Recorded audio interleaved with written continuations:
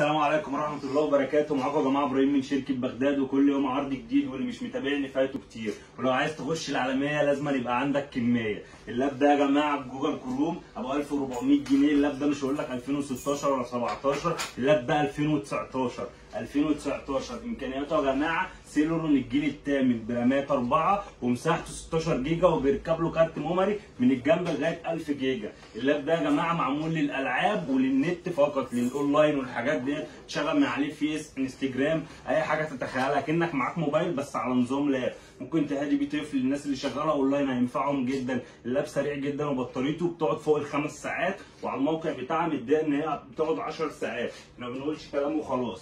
وادي اللاب اهو يا جماعه، بص كده ميدو، اللاب اهوت ده الايسر التاتش اللي انا كنت منزله ب 2000 جنيه، مكتوب اهوت 10 ساعات، بطاريته بتقعد 10 ساعات.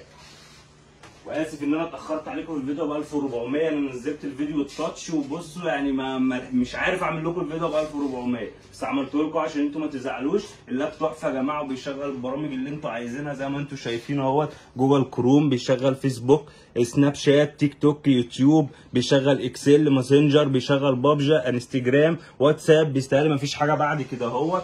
بيشغل لك افلام. اللاب صوته عالي جدا واضاءته كويسه جدا، واللاب ميني وحجمه بصوا يعني حاجه صغيره جدا، وفي مدخلين USB 3 مش 2، وفي مدخل HDMI